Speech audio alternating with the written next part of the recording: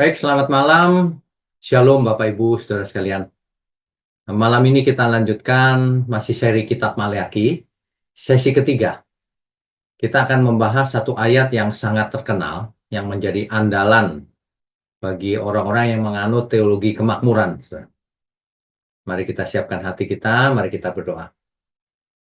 Bapa kami yang di surga, terima kasih kalau kami berkesempatan terus untuk belajar Tuhan. Belajar firman kebenaran, sehingga boleh kami hidupi dalam sehari-harinya. Urapi mulut hamba-Mu untuk menyampaikan kebenaran ini. Hanya di dalam nama Tuhan Yesus kami berdoa. Amin. Ya, malam ini sesi ketiga Kitab Maleakhi. Khususnya kita akan menyoroti Maleakhi 3 ayat 10. Saudara. Tingkat langit apa maksudnya? Ya, Bapak Ibu Saudara, memahami Maleakhi 3 ayat 10 ini harus sesuai konteksnya. Tidak boleh kita baca satu ayat lalu diartikan suka-suka sendiri ya. Itu kan tentang ada persepuluhan di sana dan berkat tentunya. Nah, jadi sering dipakai untuk menekankan betapa pentingnya persepuluhan. Sehingga bisa mengakibatkan tingkap-tingkap langit dibuka katanya gitu. Dan berkat tercurah. Apakah benar demikian? Kita lanjutkan dulu. Ya. Teks Maleakhi bunyinya begini, Saudara. Maleakhi 3 ayat 10. Bawalah seluruh persembahan persepuluhan itu ke dalam rumah perbendaharaan, supaya ada persediaan makanan di rumahku, dan ujilah aku, firman Tuhan semesta alam. Apakah aku tidak membukakan bagimu tingkap-tingkap langit, dan mencurahkan berkat kepadamu sampai berkelimpahan? Begitu ya. Oke, kita lanjutkan dulu. Ya, jadi interpretasinya persepuluhan ini, kebanyakan pemahamannya kebanyakan gini, sering dipakai untuk menekankan betapa pentingnya persepuluhan. Itu yang pertama. Yang kedua, kalau ngasih persepuluhan, tingkap langit dibuka, berkat tercurah. Itu pemahaman-pemahaman yang umum itu. Pertanyaan untuk direnungkan, benarkah demikian? Gitu ya. Oke, kita lanjutkan dulu. Ya. Ingat, setiap kita baca Alkitab, jangan lupa konteks. Percuma seseorang ahli bahasa Ibrani, Yunani, kalau tidak melihat konteks. Percuma. Ada orang komentar di YouTube bahwa konteks mulu, mestinya bahasa aslinya. Salah besar orang itu. Justru konteks lebih menang daripada bahasa asli. Orang tidak mengerti bahasa asli, tapi konteksnya mengerti, cukup. Itu kebenaran. Orang mengerti bahasa asli, tidak mengerti konteks, dia salah pasti pengertiannya. Karena dalam bahasa Indonesia, bahasa Inggris, bahasa Ibrani, bahasa Indonesia, sama aja kok. Beda dikit, ada loss in translation ya. Oke, konteks Maleakhi. Kalau kita baca Maleakhi 1 ayat 1, di situ rupanya kitab Maleakhi ini adalah firman Tuhan kepada Israel yang disampaikan melalui Nabi Maleakhi. Jadi Nabi Maleakhi diutus untuk menegur bangsa Israel. Gitu ya. Israel ditegur karena apa? Karena mempersembahkan binatang yang buta, timpang, sakit, cacat. Jadi persepuluhannya itu cacat, tidak menghormati Tuhan, Israel. Itu di Maleakhi 1 ayat 8 dan 13 sampai 14. Coba kita baca ya. Maleakhi pasal 1 ayat 8. Ini. Apabila kamu membawa seekor binatang buta untuk dipersembahkan, tidakkah itu jahat, kata Tuhan. Ya, jahat-jahat orang ini. Apabila kamu membawa binatang yang timpang dan sakit, tidakkah itu jahat? Cobalah menyampaikannya kepada bupatimu, apakah ia berkenan kepadamu. Apalagi menyambut engkau dengan baik, firman Tuhan semesta alam. Ya, jadi kesalahan Israel yang utama di seluruh kitab Maleakhi ini adalah, konteksnya adalah Israel mempersembahkan persembahan yang cacat kepada Tuhan. Itu, konteksnya itu. Seluruh kitab Maleakhi itu. Ya, jadi kalau Israel mempersembahkan persepuluhan, itu cacat, saudara. Sengaja malah. Ya. Nah, poin ketiga, itulah sebabnya Tuhan murka pada para imam. Kenapa?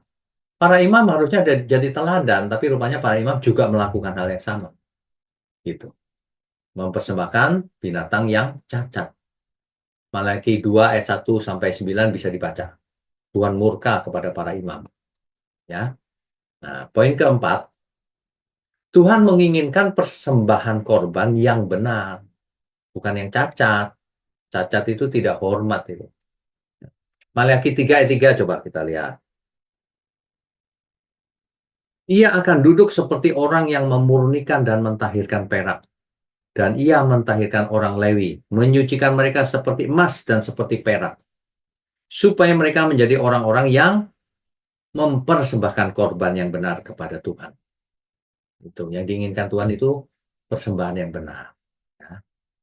Poin nomor 4, Tuhan menginginkan persembahan korban yang benar, Malaki 3 ayat 3 tadi. Ya. Poin 5 sekarang. Israel menipu Tuhan dengan cara memberikan persepuluhan dan persembahan khusus yang tidak benar. Malaki 3 ayat 8 tadi. Ya. Ini. Malaki 3 ayat 8. Perhatikan kalimatnya, saudara. Bolehkah manusia menipu Allah? Namun kamu menipu aku. Jadi, sepanjang kitab Malaki ini, Israel ceritanya menipu Tuhan. Makanya dimarahin Tuhan. Gitu ya. Tetapi kamu berkata dengan cara bagaimanakah kami menipu engkau? Israel kurang ajar ini. Tuhan menegur dengan, kamu menipu aku. Tapi mereka berkata, caranya bagaimana kami menipu kamu? Berani, saudara. Ya, ini konteksnya mesti dibaca ini. Mengenai persembahan persepuluhan dan persembahan khusus. Gimana caranya kami menipumu? Gitu, berani dia. Hal ini sudah kita bahas di sesi pertama ya. Mendebat Tuhan. Menyangkal kesalahannya. Oke, kita lanjutkan. Ya. Perhatikan Bapak Ibu Saudara. Perhatikan baik-baik. Banyak orang membaca cuman ayat 10-nya saja. Kan begitu kan? Padahal konteks itu tidak bisa dilihat lewat hanya satu ayat. Ya. Dan banyak orang cuma lihat ayat 10-nya saja. Makanya tidak mengerti. Seluruh dunia saya lihat, hampir seluruh dunia maksudnya. Saya lihat banyak orang ngotot pakai Maleakhi 3 ayat 10 untuk menekankan persepuluhan. Itu tandanya mereka tidak pernah baca kitab Maleakhi secara utuh. Atau mereka baca asal baca cepat-cepat aja tapi tidak mengerti apa-apa. Kan banyak yang diajarin begitu tuh. Baca Alkitab 10 kali, 20 kali, 50 kali lebih hebat. Ya kalau nggak mengerti, nol besar. Harus mengerti. Sebab sesuatu yang tidak dimengerti, dia tidak berbuah. Masih ingat Tuhan Yesus mengajar perumpamaan seorang penabur? Ada orang yang menabur firman. Lalu orang yang mendengarnya itu mengerti. Maka hidupnya berubah.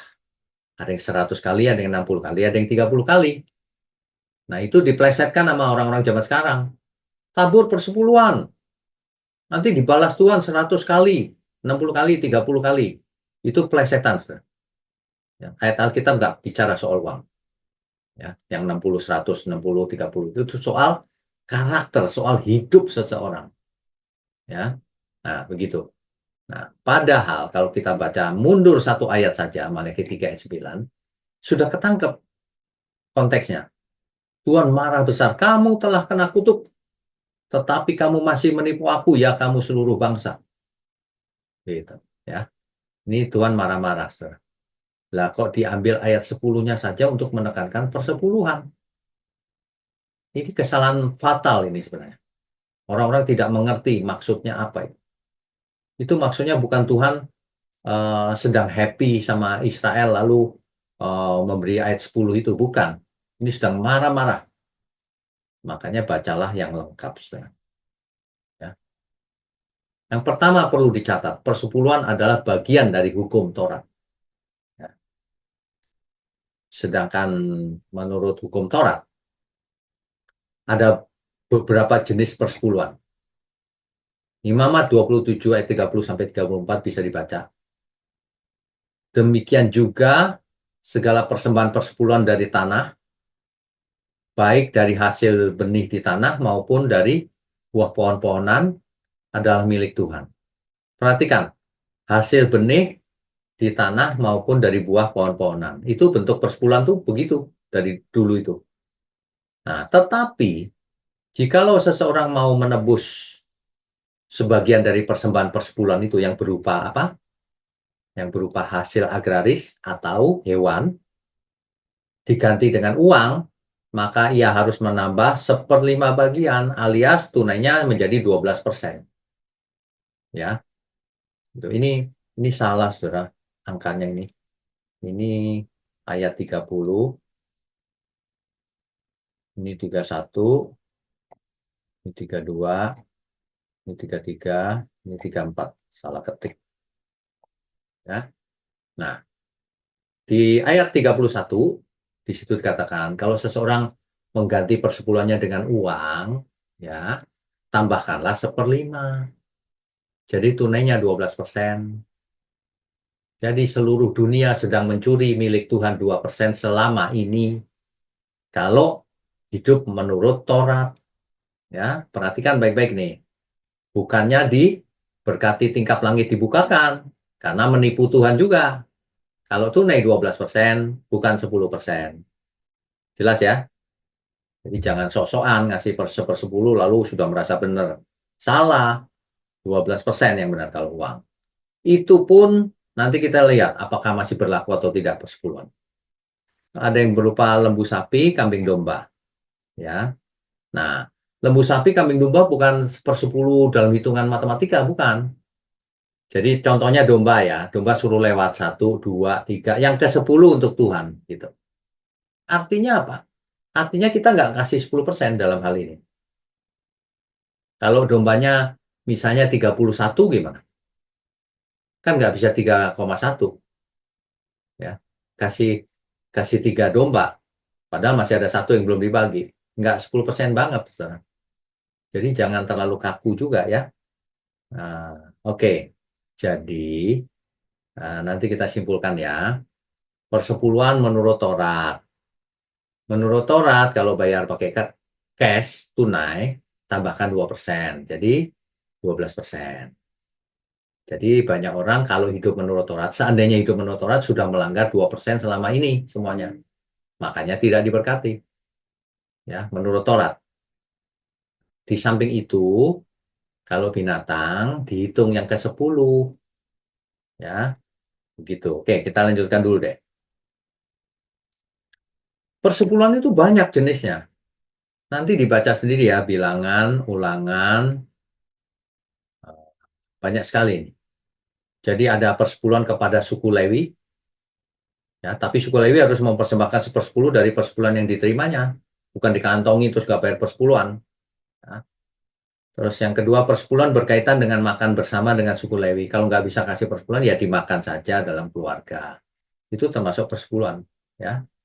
Persepuluhan ada yang tiap 3 tahun, saudara. Jadi ketika tahun ketiga kita bayarnya double-double, 10 tambah 10, gitu, double semuanya. Nah, oke. Jadi Taurat bukan hanya persepuluhan, ingat baik-baik.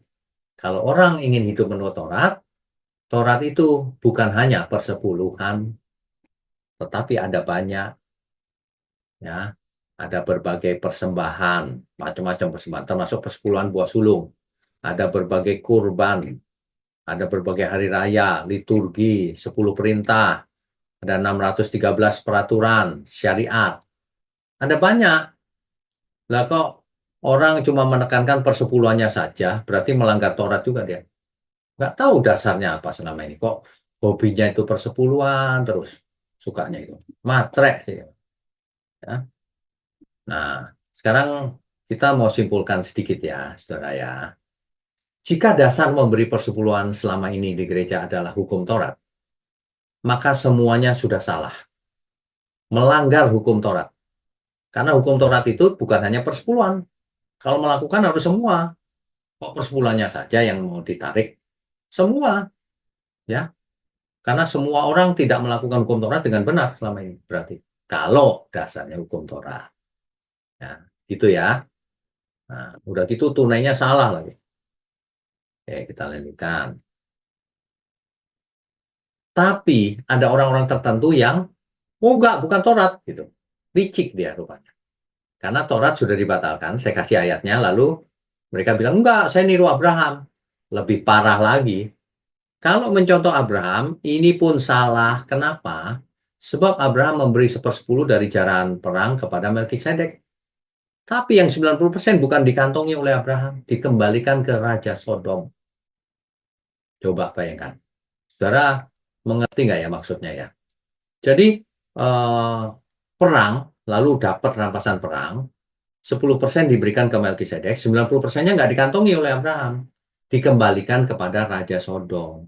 Abraham berkata begini, jangan sampai orang pikir aku kaya gara-gara ngerampas hartamu ya, nih dibalikin ke Raja Sodom. Nah, mau ditiru apanya zaman sekarang persepuluhan, saya mau tanya. 90%-nya kau ambil. Ayo, nggak cocok kan? Makanya jangan mengada-ada. Persepuluhan itu memang produknya hukum Taurat. Sebelum hukum Taurat memang ada, tapi itu tidak jadi hukum. Yang jadi hukum itu hukum Taurat. Gitu loh. Ya, itu pun sebelum hukum Taurat itu harta rampasan perang. Kalau sudah masuk ke zamannya Taurat, itu adalah hasil panen. Beda. Ya, jangan pakai Abraham, itu rampasan perang. Ada yang ngotot, bukan Pak. Ya berarti kau nggak ngerti. 90%-nya dikembalikan ke Raja Sodom. Masa hartanya Abraham semua dikasih ke Raja Sodom? Miskin dong dia. Ya, kalau baca itu yang lengkap, saudara. Yang utuh supaya tidak salah. Ya. Oke, kita lanjutkan dulu. Ya, ya. Ini kisah persepuluhannya Abraham. Jadi 1/10 diberikan kepada Melkisedek. Ya. Lihat nih, Abraham mengalahkan Kedor Laomer dan sekutunya, dibawanya segala harta benda itu. Dapat rampasan perang, saudara. Ya. Hmm. Tetapi Abraham tidak mau mengambil sedikit pun sisanya, 90%-nya. Semuanya dikembalikan ke Raja Sodom. Kejadian 14 ayat 21 sampai 24. Dibaca lagi nanti. Supaya hidup kita ini tidak kurang ajar di hadapan Tuhan. Banyak orang itu tidak sadar bahwa hidupnya itu kurang ajar. Menghadap Tuhan tidak mempersembahkan diri dengan benar. Ya, sama seperti Israel zaman itu. Menipu Tuhan. Kasih persembahan yang tidak layak. Ya. Oke, kita teruskan dulu. Jadi kita nggak bisa pakai teladannya Abraham untuk memberi persepuluhan. Jangan ngotot, ya. Nggak bisa. Nah, pertanyaannya, bagaimana di perjanjian baru? Ini penting nih, bagaimana di perjanjian baru? Kita lihat saja. Ya, Tuhan Yesus di Matius 23, ayat 23 sampai 28, seringkali dipakai orang-orang itu, teologi kemakmuran. Ini buktinya Yesus mengajar persepuluhan gitu. Coba dibaca yang benar kalau baca itu, ya. Celakalah kamu, hai ahli-ahli Taurat dan orang-orang Farisi, hai kamu orang-orang munafik, sebab persepuluhan dari selasih, adas manis dan jintan, kamu bayar. Perhatikan, yang pertama, persepuluhan di zamannya Tuhan Yesus bukan uang. Ya, selasih, adas manis dan jintan kamu bayar. Tetapi yang terpenting dalam hukum Taurat kamu abaikan, yaitu keadilan, belas kasihan, dan kesetiaan. Yang satu harus dilakukan, yang lain jangan diabaikan. Nah, artinya apa? Artinya Tuhan Yesus tidak melarang persepuluhan hari itu. Zaman itu, perhatikan baik-baik. Ketika itu, tapi Tuhan Yesus, percuma kau bayar persepuluhan kalau yang lain diabaikan, yang lebih penting maka. Yang terpenting dalam hukum Taurat kamu abaikan. Yang terpenting apa, saudara? Keadilan, belas kasihan, kesetiaan, kebenaran. Ya, harus harus jujur ya, saudara ya. Ini dalam ayat ini Tuhan Yesus bukan sedang mengajarkan atau menekankan persepuluhan. Kok baca aja nggak ngerti. Ini Tuhan sedang marah sama orang yang memberi persepuluhan tetapi tidak melakukan yang lebih penting, yang paling penting. Memang Tuhan Yesus tidak melarang persepuluhan ketika itu, ya. Nah, tentu saja Tuhan Yesus tidak keberatan dengan persepuluhan, tetapi bukan itu yang terpenting. Jadi jangan mengabaikan hal yang lebih penting. Banyak orang hari ini mengutamakan persepuluhan, tapi yang penting nggak diajarkan. Oke, Banyak orang membanggakan diri sudah memberikan persepuluhan, ya. Tetapi pemungut cukai berdiri jauh-jauh. Ya, aku bersalah, tapi orang Farisi menganggap dirinya suci, sudah bayar persepuluhan dan sebagainya. Percuma kalau tidak punya kasih. Ya, kalau tidak punya kasih itu percuma semuanya. Oke, kita lanjutkan ya. Nah, perhatikan ini, nanti dibaca sendiri. 1 Korintus 13 ayat 3 misalnya. Dan sekalipun aku membagi-bagikan segala sesuatu yang ada padaku, bukan cuma persepuluhan loh, semuanya. Menyerahkan tubuhku untuk dibakar sekalipun, tetapi jika aku tidak mempunyai kasih, sedikit pun tidak ada faedahnya bagiku. Ya, begitu saudara. Nah, di Matius 12 ayat 7, itu mengutip dari kitab Yesaya. Yang ku kehendaki ialah belas kasihan dan bukan persembahan. Tentu kamu tidak menghukum orang yang bersalah, yang tidak bersalah. Ya, perhatikan konteksnya. Konteks. Jadi Roma 12 ayat 1 sampai 2 itu ibadah yang sejati itu apa, saudara? Mempersembahkan tubuhmu sebagai persembahan yang hidup, yang hidupnya kudus dan yang berkenan. Itu persembahan yang sejati, ibadah yang sejati. Bukan ngasih persepuluhan, ya. Persepuluhan hanya kecil, 10%. Ya. Oke, kita lanjutkan dulu. Ya, sekarang begini, apakah memang benar bahwa hukum Taurat masih berlaku persepuluhan? Ini diulang lagi karena sedang membahas kitab Maleakhi, saudara. Nanti dibaca ya, ayat-ayat ini ya. Karena itu janganlah kamu membiarkan orang menghukum kamu mengenai makanan dan minuman, maksudnya hal haram ala Taurat. Dan atau mengenai hari raya Taurat, bulan baru, dan hari Sabat. Gak usah. Kamu jangan takut kalau dihakimi orang berdasarkan itu sudah tidak berlaku, kira-kira gitu. Di sini dijelaskan semuanya ini hanyalah bayangan dari apa yang harus datang. Sedang wujudnya ialah Kristus. Kalau sudah ada Kristus, semua itu sudah tidak berlaku lagi.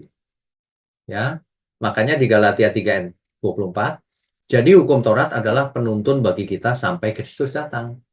Penuntun sementara sampai Kristus datang. Supaya kita dibenarkan oleh iman. Gitu loh. Nah, lebih jelas lagi Efesus 2 ayat 15. Sebab dengan matinya sebagai manusia, ia telah membatalkan hukum Taurat dengan segala perintah dan ketentuannya. Untuk menjadikan keduanya menjadi satu manusia baru di dalam dirinya. Harus dibatalkan semua itu. Dan dengan itu mengadakan damai sejahtera. Itulah sebabnya Tuhan Yesus berkata, yang tadi itu tidak keberatan soal persepuluhan, itu kan belum mati. Setelah kematian Tuhan Yesus, seluruh hukum Taurat dibatalkan. Tentu saja yang tinggal tetap selamanya adalah hukum kasih. Begitu, saudara. Nah, semua hari raya, Sabat, apalagi ya, semua batal. Kenapa? Karena dulu orang beribadah kepada Tuhan spesial di hari Sabat. Tapi kalau setelah zaman Tuhan Yesus, setiap hari adalah harinya Tuhan. Ibadah itu setiap hari, setiap saat dalam segala hal yang kita lakukan. Persembahkan tubuhmu yang hidup, yaitu yang hidupnya kudus dan berkenan. Clear ya, saudara ya?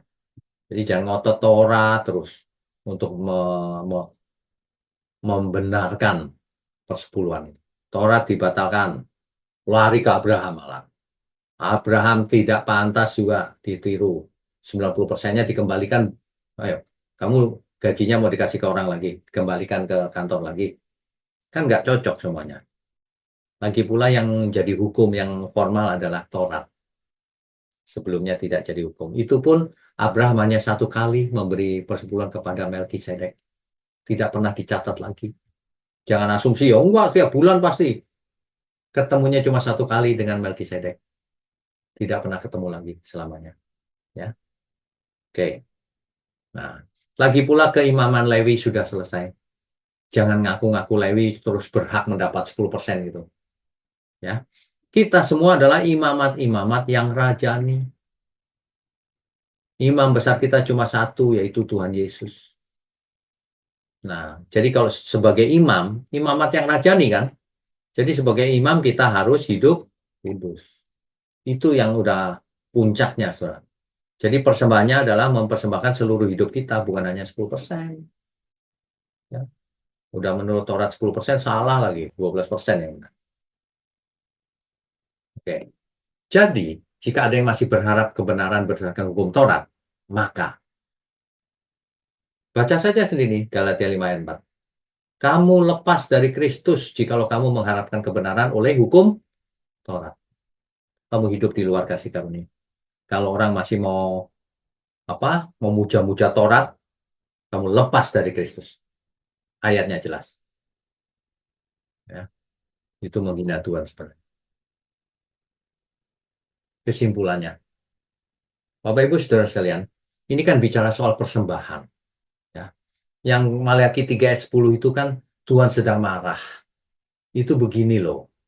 Misalnya kita lagi marah sama anak kita. Kamu malas sekali ya, misalnya. Kamu kalau rajin belajar pasti pasti papa beliin apa misalnya komputer atau HP. Itu bukan janji mau berikan itu, lagi marah. Jadi kalau orang mengaminkan Maleakhi 3 ayat 10, itu sama dengan kan Maleakhi 3 ayat 10 itu suratnya Nabi Maleakhi kepada orang Israel yang sedang dimarah-marahin. Kalau kita pakai ayat itu, artinya kita sedang mendudukkan diri sebagai bangsa Israel yang lagi dikutuk Tuhan, yang lagi dimarah-marahin. Tuhan marah besar loh. Kalau kamu kasih persepuluhannya benar, masa nggak aku berkati? Masa nggak aku berkati? Masa tingkap langit nggak kubukakan? Pakai gaya bahasa gitu. Ya, itu lagi marah. Lah kok berani pakai ayat 10? Ya. Saudara kalau lagi marah sama anak saudara, ya seperti itu. Kamu kalau nggak, kamu malas ya kalau nggak rajin belajar. Kalau kamu rajin belajar, pasti ku belikan ini buku ini atau HP ini misal. Terus anak yang saudara marahin malah, yes mama mau belikan HP gitu. Kan mestinya lagi marah diem ya. Nah, banyak orang tidak memperhatikan konteks. Makanya jadi salah kaprah ya. Persembahan, bicara soal persembahan. Ingat baik-baik, hidup kita telah dibeli lunas oleh Tuhan di kayu salib. Jadi seluruh yang ada pada kita ini milik Tuhan. Artinya harus dipakai untuk kepentingan Tuhan, bukan hanya kepentingan diri sendiri. Ya, jadi memberikan persembahan tentu saja boleh, bukan hanya boleh, harus. Sebab semua milik Tuhan kan. Tetapi jangan persembahan uang doang. Seluruh hidup kita harus hidup kudus, itulah persembahan yang sebenarnya. Ibadah yang sejati. Itu. Ya. Nah, dari sisi jemaat, jemaat harus berkewajiban mendukung pekerjaan Tuhan dimanapun, termasuk gereja. Sebab orang salah mengerti. Saya bilang hukum Taurat dibatalkan. Jemaat yang pelit-pelit berkata, yes, nggak ada persembahan. Siapa yang bilang tidak ada persembahan? Persepuluhan dibatalkan semuanya, bentuk-bentuk itu. Tapi persembahan adalah persembahkan hidup kita. Itu maksudnya. Jangan jangan lalu bebas gitu. Salah. Kalau tidak ada uang ya nggak apa-apa. Justru gereja yang akan bantu. Yang untuk diakonia. Tapi kalau ada ya persembahkan. Berapapun. Ikutan. 1% juga boleh, 2% boleh. Tapi kalau saudara diberkati banyak, harus memberi lebih dari 10%. Itu yang benar. Tapi nggak boleh dipaksa, sukarela tetap. Ya. Nanti urusannya sama Tuhan aja.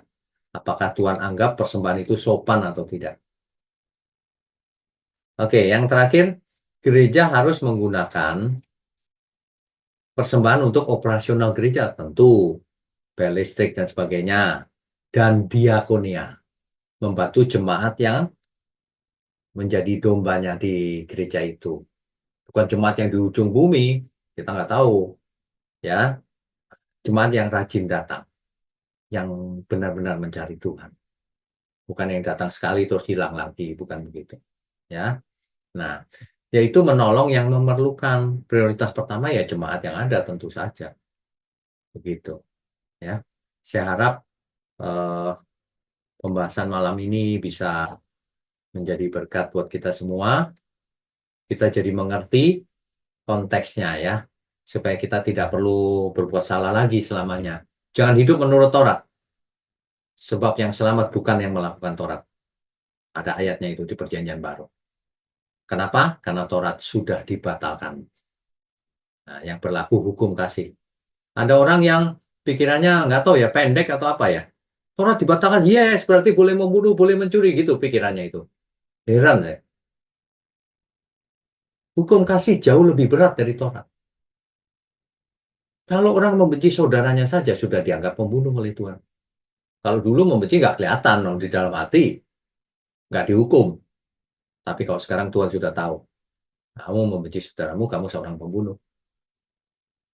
Lebih berat, saudara. Tapi urusan persembahan bukan gitu. Puluhan enggak begitu. Sukarela. Tapi hati-hati. Yang sopan. Jangan persembahan yang cacat diberikan ke Tuhan. Persembahkan hidup yang kudus. Jangan hidup yang cacat. Banyak orang hidupnya hidup dalam dosa tapi mau mempersembahkan hidupnya. Itu sama dengan cerita zaman Maleakhi. Menghina Tuhan itu. Menipu Tuhan. Ya, berdoa nangis-nangis tapi hidup dalam dosa. Itu menipu Tuhan namanya.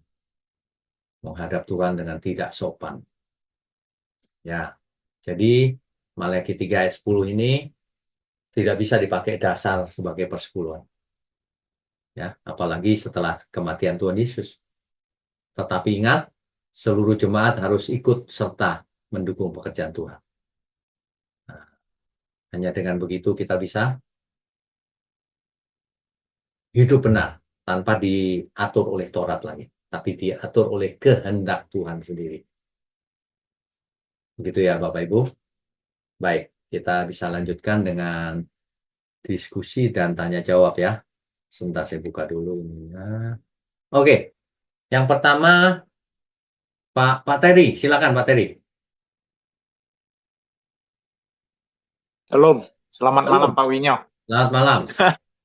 Ya, saya mau tanya, Ya, saya baru tahu juga malam hari ini tentang di Maleakhi kalau orang Israel itu mempersembahkan itu persembahan yang cacat ya, ya. binatang-binatang. Nah, pertanyaan saya adalah apakah ini yang juga terjadi di Bait Allah ketika Tuhan Yesus marah?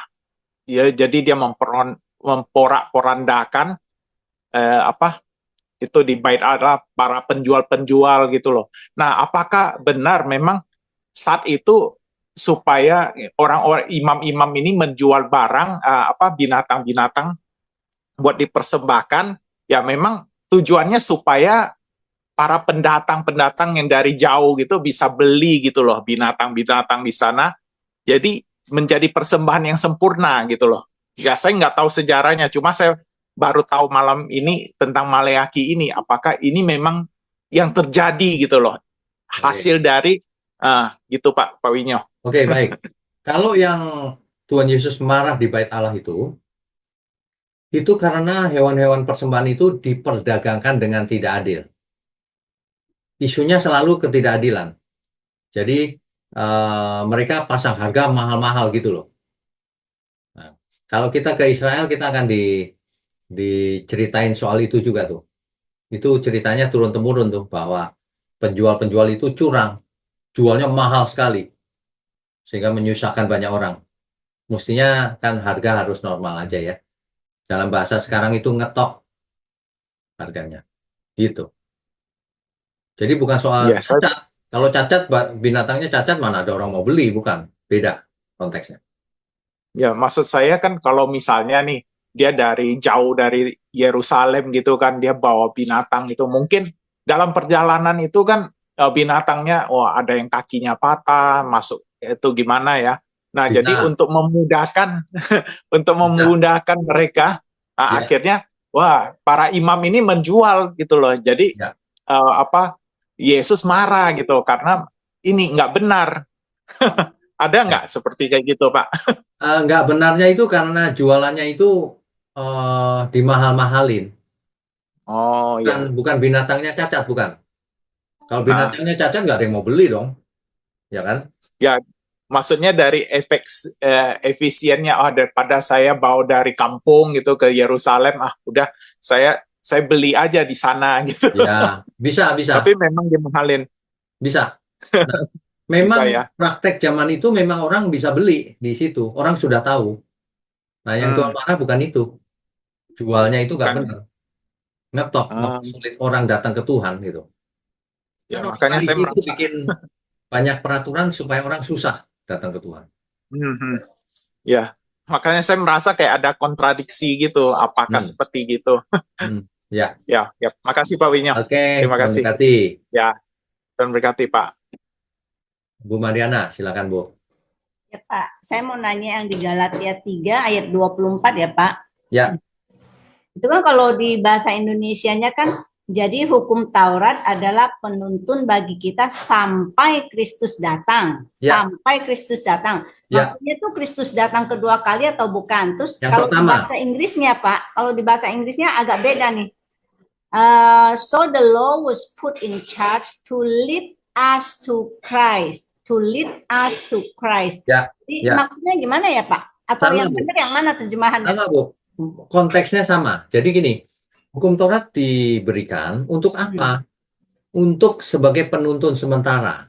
Sampai kapan? Sampai yang dijanjikan datang, yaitu Tuhan Yesus. Oh, Kedatangan yang pertama. dijanjikan datang, bukan Ya. nanti Tuhan Yesus datang kedua kali. Oh, bukan, makanya- bukan. Ya. Kedatangan yang dijanjikan itu loh, Mesias. Ya. Nah, jadi kalau lead to Christ itu tetap benar konteksnya kan. Jadi diberikan supaya memimpin kepada Kristus. Setelah sampai Kristus sudah selesai masa Ya, berlaku. sampai Kristus lahir gitu, maksudnya sampai Ya. Kristus lahir dan berkarya gitu ya Pak ya? Ya, betul. Betul. Oh ya, ya. Karena kalau sekilas gini sampai Kristus datang, lah berarti orang bisa aja bilang, lah berarti masih berlaku dong. Ya. Itu kalau Karena Ibu Kristus baca belum datang. itu kalau Ibu baca Galatia 3 yang ayatnya ke-19. Iya. Nah, itu dijelaskan itu bahwa kalau demikian apakah maksudnya hukum Taurat? Untuk apa hukum Taurat diberikan kira-kira gitu. Iya. Nah, dijelaskan di situ ia ditambahkan oleh karena pelanggaran-pelanggaran sampai datang keturunan yang dimaksud oleh janji itu. Janji yang mana? Yang janji kepada Abraham, Ishak, Yakub dan seterusnya itu yang Iya. Ya Mesias maksudnya. Ya, sampai Mesias datang gitu kan maksudnya ya Pak. Betul. Ya. Udah. Di Alkitab dijelaskan itu. Tuhan Yesus datang bukan untuk meniadakan Taurat, tapi untuk menggenapi. Nah, banyak orang nggak ngerti lagi tuh. Memang Tuhan Yesus tidak meniadakan, kurang tepat terjemahnya. Tuhan Yesus bukan datang untuk menghancurkan Taurat, bukan. Tapi menggenapi. Apa itu menggenapi? Sebagai penggenapan, Taurat selesai nih, aku sudah datang. Gitu loh. Menggenapi itu selesai. Maksudnya menggenapi itu Tuhan Yesus sendiri adalah hukumnya gitu ya Pak? Ya, gitu. Tapi kan bukan Taurat hukum itu Taurat lagi, tapi hukum kasih gitu ya Pak? Ya, kan Taurat itu bayangan akan Kristus. Nah, Kristusnya sudah datang, ya udah bayangannya nggak kepake. Kalau dalam terjemahan bahasa Inggris, apa ya? Because Christ is the end of the law. Akhir dari hukum. Oh iya. Gitu. Akhir dari Taurat maksudnya. Pak, satu lagi ya Pak. Boleh. Sering sekali ya Pak, saya selalu ada yang selalu bilang gini. Nah, yang ini aja tidak bisa kamu penuhi, gimana mau yang lain gitu. Maksudnya yang perpuluhan ini aja tidak bisa kamu penuhi, gimana mau lakukan yang lain. Jadi kalau orang ngomong gitu, kita tuh responnya sebaiknya gimana ya Pak? Responnya begini, kita itu tidak hanya memberikan 10%, seluruh hidup kita harus jadi ibadah. Tapi bukan ke gereja, ke semua seluruh hidup kita. Kan kita harus bertanggung jawab untuk mendidik anak dalam Tuhan, untuk menyekolahkan, untuk orang tua, untuk mendukung pekerjaan Tuhan di gereja dan lain-lain. Kan gitu. Iya Pak, benar. Jadi semuanya itu ibadah. Bukan ibadahnya cuma di bait Allah, bukan. Salah, itu perjanjian lama. Kenapa? Sebab bait Allahnya adalah tubuh kita. Sekarang ini kan tubuhmu bait Allah, gitu kan. Jadi ibadahnya ya setiap saat kita. Gitu. Jadi jangan akal-akalan harus kasih gereja gitu. Gereja perlu didukung, setuju. Tapi jangan akal-akalan ngumpulin duit gitu. Ya Pak, ngerti Pak, ngerti. Ya. Makasih ya Pak Wik. Oke, Tuhan berkati. Dan berkati juga. Berikutnya Pak Budi Wijaya, silakan. Ya, Shalom Pak Wignyo Halo. dan teman-teman semua. Silakan Bu, Pak. Eh, saya mau bertanya, kan saya sering juga berdiskusi dengan teman-teman tentang Efesus 2:15, Ya, Pak Wignyo.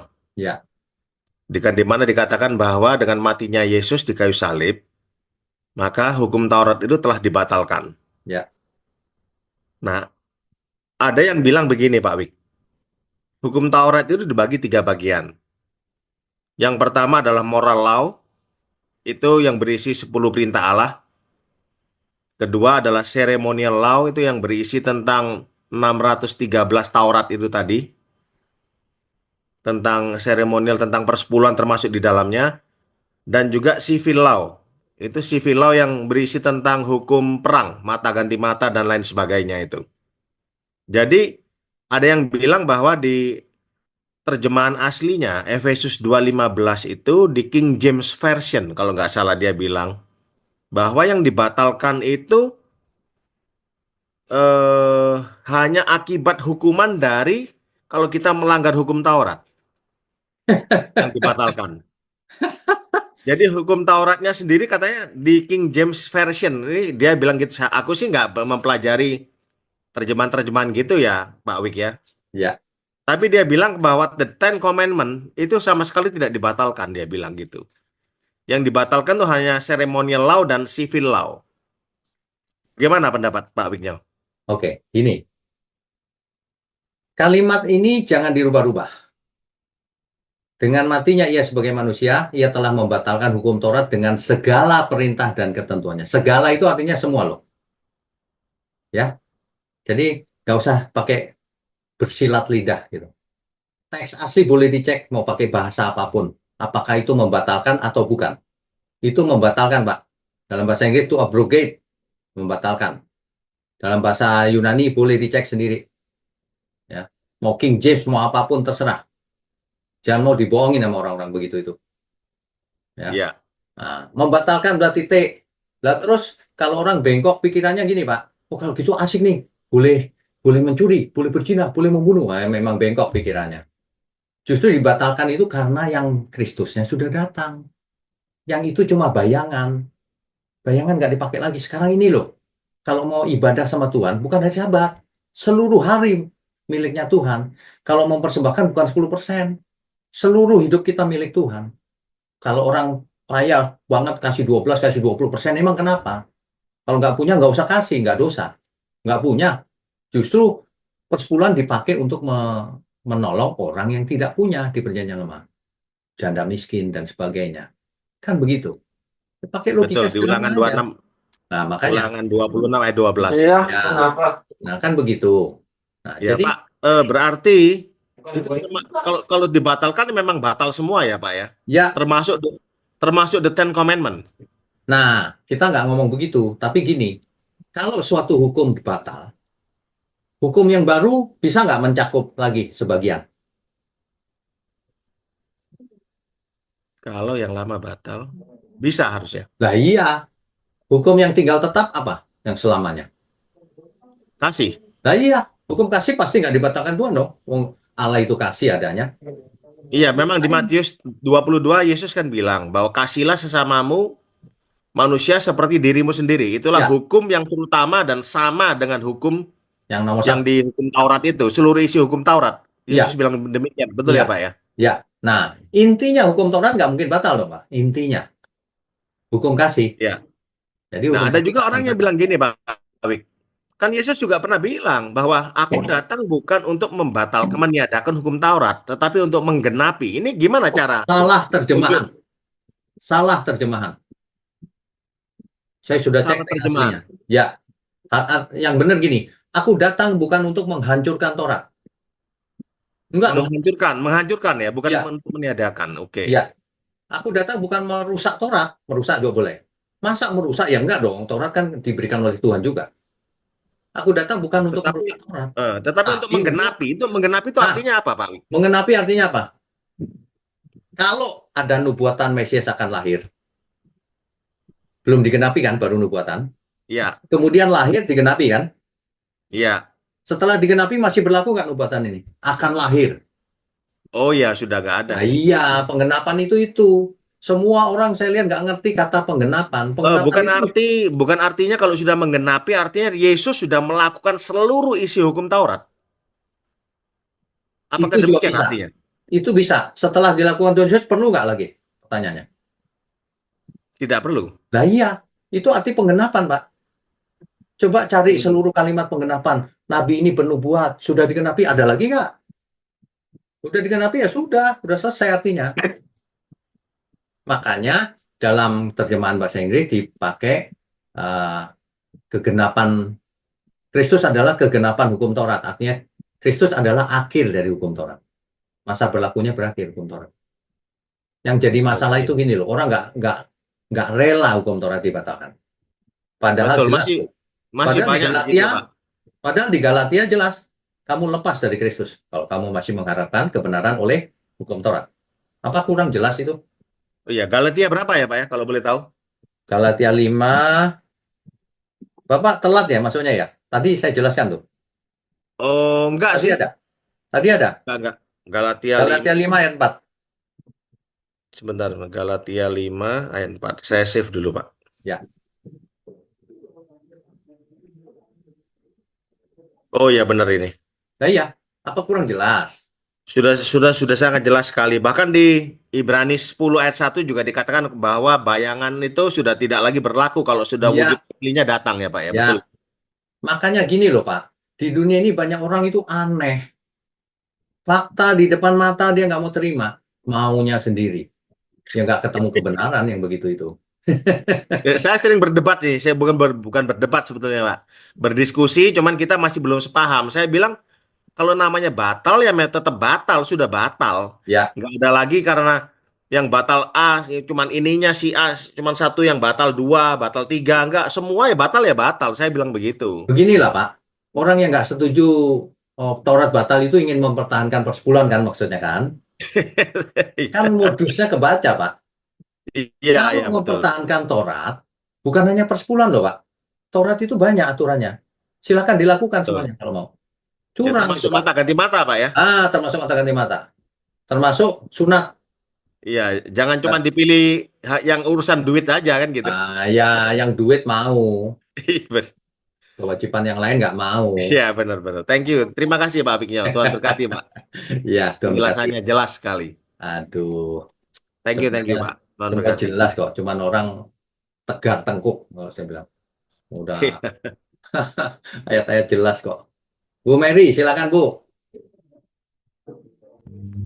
Halo, shalom Pak. Shalom. Saya mau tolong tanya nih Pak, bingung.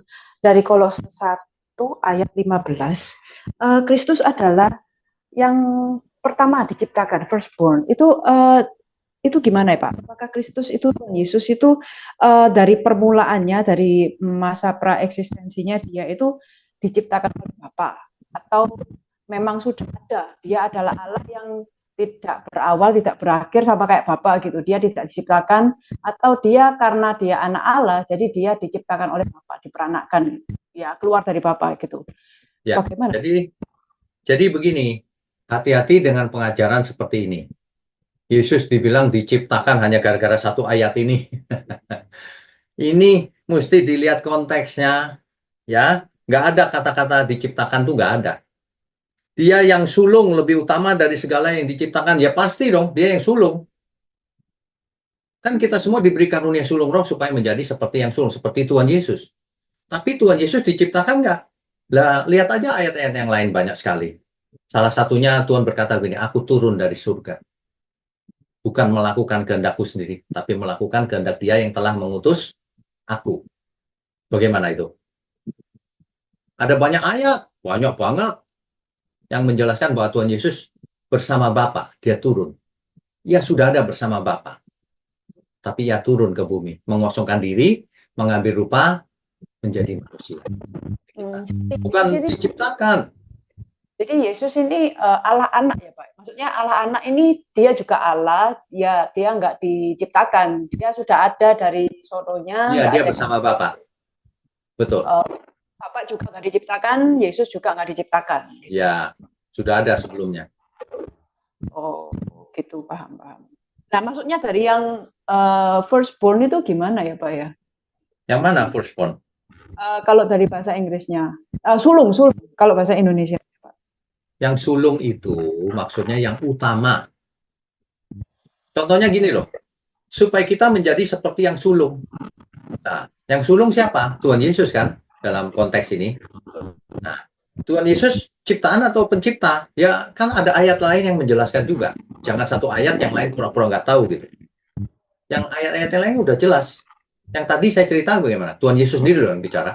Aku turun dari surga. Bukan untuk melakukan kehendakku sendiri, tapi melakukan kehendak Dia yang mengutus aku. Kan jelas. Iya.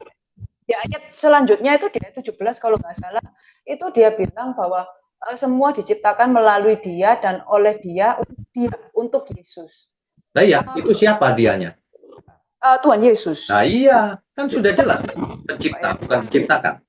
Iya, kok kontradiksi sama yang perjanjian lama. Kalau perjanjian lama diciptakan untuk kemuliaan Bapa gitu.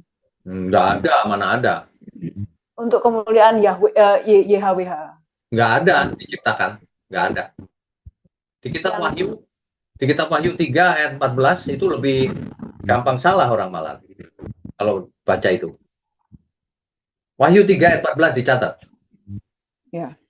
Dan tuliskanlah kepada malaikat jemaat di Laodikia, inilah firman dari Amin, saksi yang setia dan benar. Itu artinya Tuhan Yesus. Permulaan dari ciptaan Allah loh. Berarti ciptakan dong. Gitu. Ya kan? Nah, salah. Itu teks aslinya pakai kata arche. Arche itu bisa berarti permulaan, bisa berarti sumber. Kalau kita lihat konteks ini berarti Tuhan Yesus adalah sumber dari ciptaan Allah. Kita yang mencipta.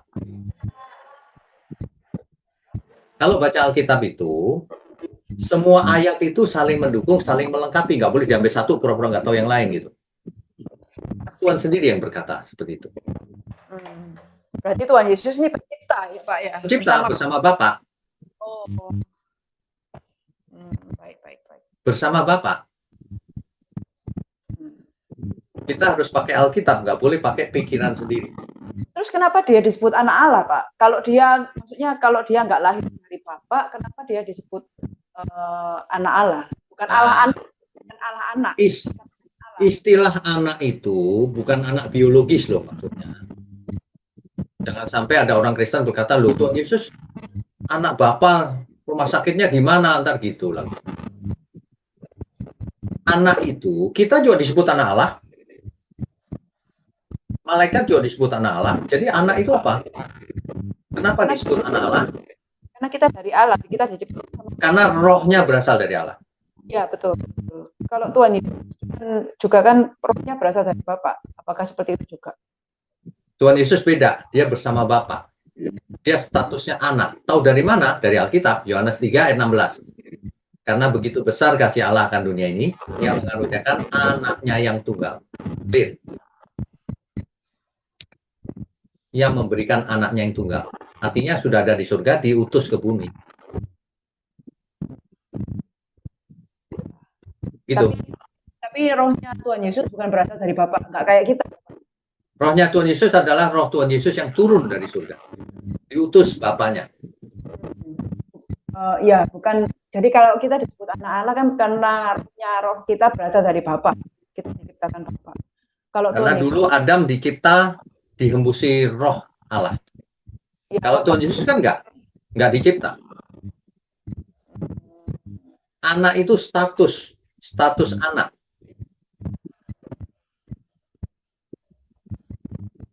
Ya. Ini kalau mikir jangan rumit-rumit. Yohanes 3 ayat 16 Alkitab berkata anak tunggal Bapa, udah gitu aja. Baik. Ya. Makasih. Oke, Tuhan berkati. Bentar, siapa lagi ya? Pak Kris ya? Pak Kris, silakan. Ya, shalom malam, Pak. Selamat malam. Ini shalom. Pembahasan soal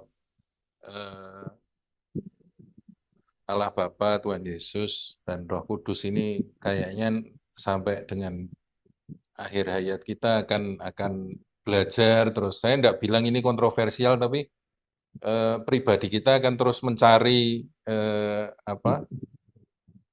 dimensinya yang bisa kita pahami. Tapi Ya, menurut saya itu pergumulan pribadi semua orang. ya, Cuma ini tadi saya waktu Pak Wigno bilang kalau ke Israel diceritain waktu Tuhan Yesus menjungkir balikkan meja-meja penukar uang, terus pedagang-pedagang itu, Pak. Nah, menariknya kalau saya lihat di Alkitab itu imam-imam kepala dan ahli Taurat itu mulai timbul niat untuk membinasakan Tuhan Yesus itu setelah kejadian itu, Pak. Jelas-jelas tercantum di Markus 11 ayat 18 dan Lukas 19 ayat 47. Saya bacakan yang di Markus. Imam-imam, ya, tadi Pak Wigno bilang kejadian Tuhan Yesus menjungkir balikkan meja penukaran uang dan pedagang-pedagang hewan itu diceritakan kalau Pak Wigno, kalau kita ke Yerusalem. ya, Ya, dan peristiwa itu saya lihat di Injil itu di Markus 11 ayat 18 dan di Lukas 19 ayat 47 itu imam-imam kepala dan ahli Taurat itu terang-terangan menyatakan kalau ingin membinasakan Tuhan Yesus setelah kejadian itu, Pak. ya, ya, Tidak ada, maksudnya di pasal-pasal sebelumnya tidak ada. Niat mereka terang-terangan secara terbuka diungkapkan, dicatat di Injil itu, di Markus dan di Lukas ya, itu setelah kejadian itu. ya, Nah, saya ada dengar cerita juga itu menurut saya juga diteguhkan waktu ketika Petrus diminta mancing itu, Pak, yang ada setoran ke Bait Allah yang uangnya pakai uang apa itu saya agak lupa mata uangnya. Bea Bait Allah dirham, Pak. ya, ya, Ya, karena kan waktu penjajahan Roma kan dinarius pakainya, Pak, dinar. ya, ya, Terus ada uang mina segala macam itu. ya. Nah, cuma ini kalau untuk persembahan Bait Allah itu khusus pakai uang dirham. Saya Mm-mm. dengar-dengar cerita itu kalau meja-meja penukaran uang itu karena yang diterima hanya kepingan koin tertentu, misalnya itu dirham itu tadi, Pak. Jadi orang terpaksa menukarkan misalnya dinarius itu dinar atau mina atau apa tetap harus ke koin bentuk yang itu dirham. Nah, itu katanya Ya, sih itu bisnis sampingannya imam-imam sama ahli Taurat, Pak. Makanya ya, benar. mereka karena merasa bisnisnya terganggu, akhirnya timbul niat untuk membinasakan Tuhan Yesus. Sama kayak, maaf ini kalau ada yang tersinggung, sama kayak ada yang merasa periuk nasinya terganggu, Pak Wigno bahas, terus soal perpuluhan yang sudah dibatalkan, nyerang gitu, Pak. Jadi kayaknya ini dejavu, Pak, terulang lagi. Apakah itu Ya, cerita itu betul, Pak, yang tadi saya tanyakan? ya, itu benar tuh Pak. Jadi ada semacam jasa forex kalau zaman sekarang. Iya, Tuker. Nah, tuker itu kan diuntungin lagi Pak. ya Jadi akhirnya ada, belinya dengan harga mahal gitu. ya ada selisih kurs Iya, karena gitu. soalnya kalau saya duga sebetulnya kan kayak Petrus apa itu bawalah uang. Cuma kenapa sampai koinnya itu harus mancing di ikan karena mungkin saking sulitnya yang diminta jenis koin yang tertentu atau bagaimana saya enggak tahu. Ya, Sampai Petrus suruh mancing supaya bea Bait Allah yang 2 dirham itu sekalian suruh bayar untuk Tuhan Yesus. Jadi betul kan Pak ya cerita itu ya Pak. benar, benar begitu. Jadi ya makanya ada ayat yang berkata kamu menghalangi orang datang ke Tuhan ya, menyulitkan Pak, mempersulit Iya, iya. gitu. Kayaknya dejavu sekarang diulang lagi kelakuan yang sama itu Pak. Dejavu. Aduh, Iya, janganlah Saudara, untuk apa sih? iya.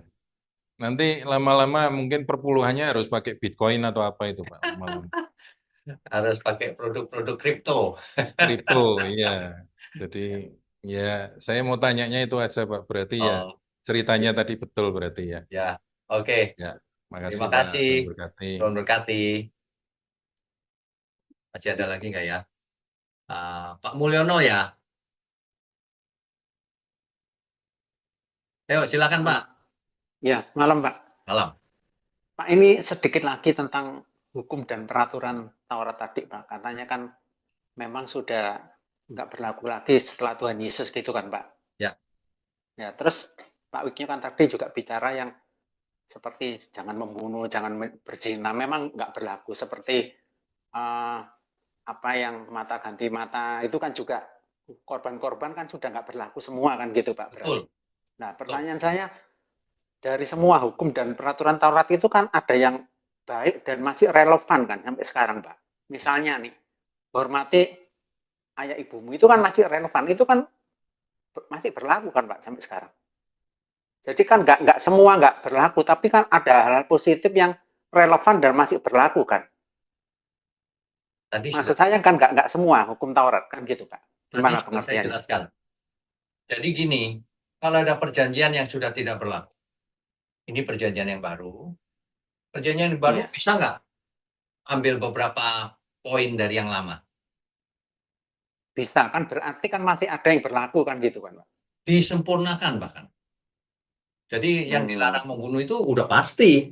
Iya, Tapi iya, yang baru bukan cuma dilarang membunuh, Pak. Kalau kamu benci saudaramu, kamu sudah jadi pembunuh.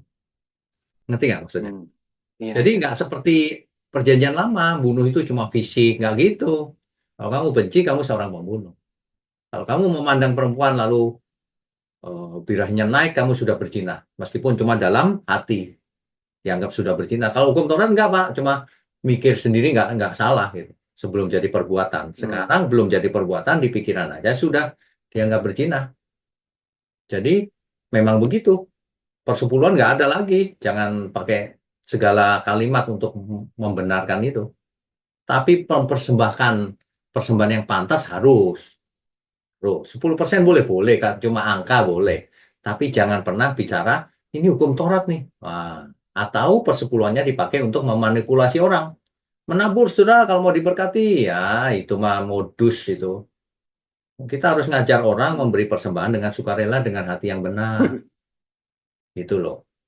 Nanti kalau Iya. nggak bayar dicatat, ditagih-tagih kayak tukang utang, debt collector. Itu salah besar itu.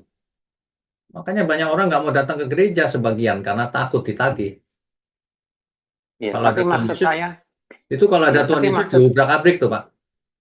oke, tapi maksud saya seperti hormati ayah dan ibumu itu dari dulu sampai sekarang kan pengertiannya sama kan, Pak? Nggak ada Ingat, perubahan kan? ingat yang kekal itu hukum kasih. Udah, dari situ kita tahu dong hukum kasih. Kan tinggal dua. Kasihlah Tuhan Allahmu dengan segenap semuanya, kasihlah sesamamu dengan segenap semuanya. Ya udah, dari situ Oh, terjawab. berarti hormati ayah dan ibumu itu sesuai dengan hukum kasih yang kedua kan gitu, Pak? Betul, Relevannya. betul. Ya, udah itu Betul. aja, Pak. Ya. Ya, ya. Oke, makasih. Oke, Tuhan berkati.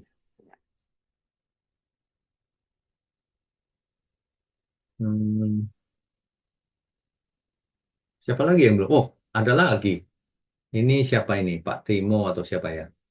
Oh, oke, silakan. Di unmute dulu, unmute dulu. Ya, malam Pak Wingyo. Malam, apa kabar? Sehat Pak. Ya, Ini oke. Pak, saya cuma tadi dapat beberapa penjelasan dari Bapak. Kebetulan juga kemarin kan saya ada undangan di salah satu gereja gitu Pak. Jadi ini agak sedikit curhat aja sih Pak, tapi nggak apa-apa lah. Ya. Kebetulan Bapak sebagai mentor gitu kan bisa ngasih gambaran gitu. Bapak tadi membahas tentang Maleakhi 3 ayat 10 itu. Biasanya ini belum selesai Pak. Karena kemarin waktu saya diundang terus diminta untuk membahas tentang tentang memberi persepuluhan, saya hanya menekan seperti ini Pak. Saya sampaikan bahwa sebenarnya Tuhan nggak memaksa kita untuk wajib memberikan persepuluhan, tetapi itu bukti bahwa kita menghargai adanya Tuhan yang memberikan kita napas dan hidup. Seperti itu Pak, saya bahas gitu. Lalu singkat cerita saya berikan penjelasan kepada jemaat seperti itu. Besoknya Pak Pendetanya bilang, Pak, besok lain kali kalau dapat topik yang kayak gini, tolong ya topiknya dibuat untuk gimana supaya jemaat kita itu lebih enak memberinya gitu Pak. Atau sepertinya gini, ambil ayat yang bisa mengintimidasi atau menekan jemaat itu supaya mereka, ya kamu harus bayar perpuluhan, kalau enggak kamu nggak akan diberkati, nggak akan dipenuhi oleh Tuhan berkat-berkatmu, seperti itu Pak. Itu aja sih. Terima Oh, kasih Pak. oke. Ini namanya curhat. Iya Pak. Oke, baik. Nah, ya itu, saudara, praktek-praktek seperti itu yang masih ada. Nggak takut Tuhan. Masa intimidasi ke jemaat, ya, bukannya memberkati, intimidasi. Orang suka salah ngerti, saudara, bertobatlah, saudara. Semua dibatalkan. Jemaat harus dibuat dewasa supaya mempersembahkan dengan sukarela, ya. Jangan mengintimidasi gara-gara duit.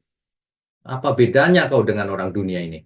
Modusnya uang, gitu, ya. Oke. Lanjutannya siapa yang belum ya?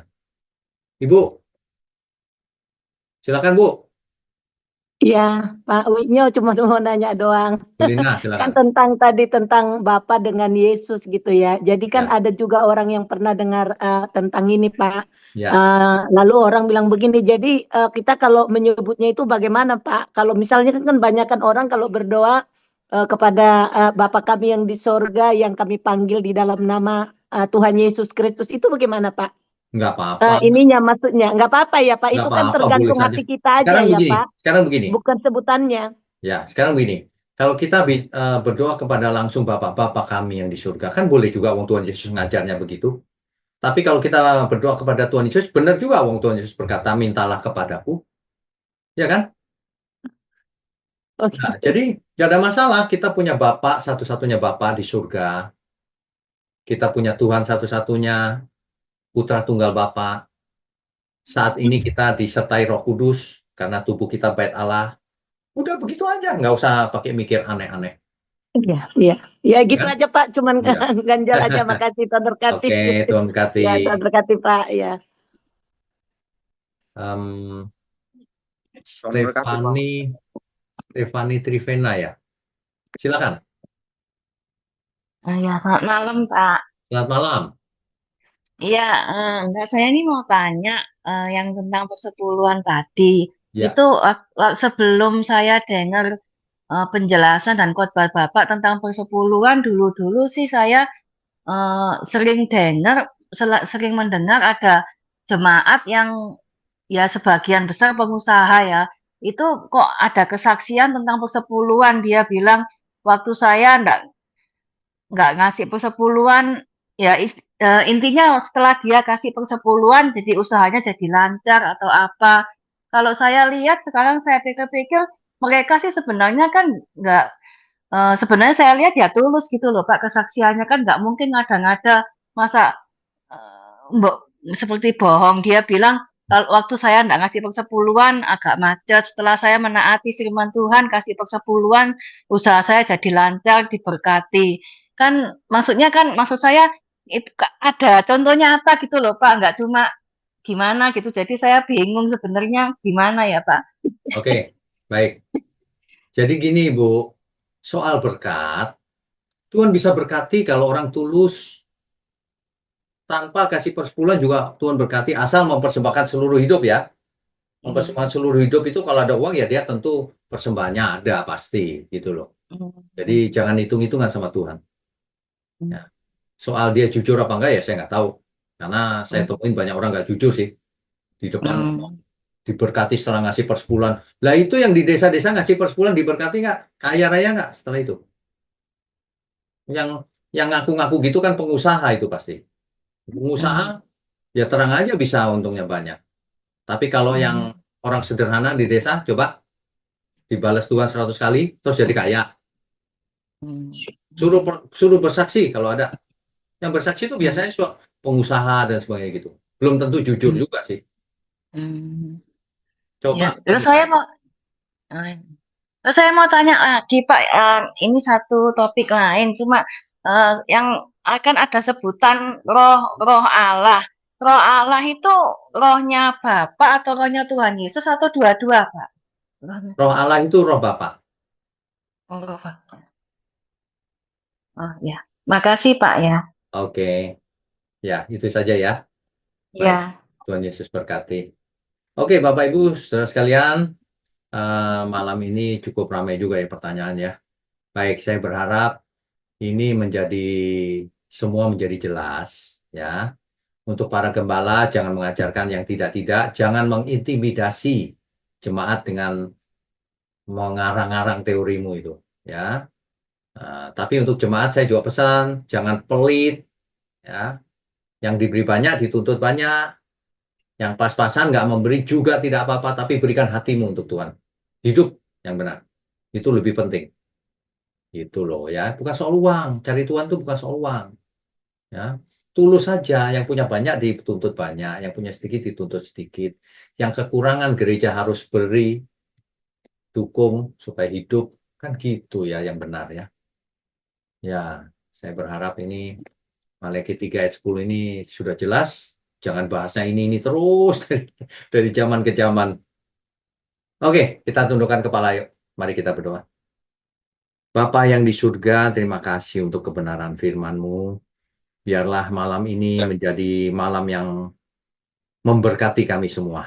Supaya kami boleh hidup dengan sikap hati yang benar ketika mempersembahkan diri kepada Tuhan.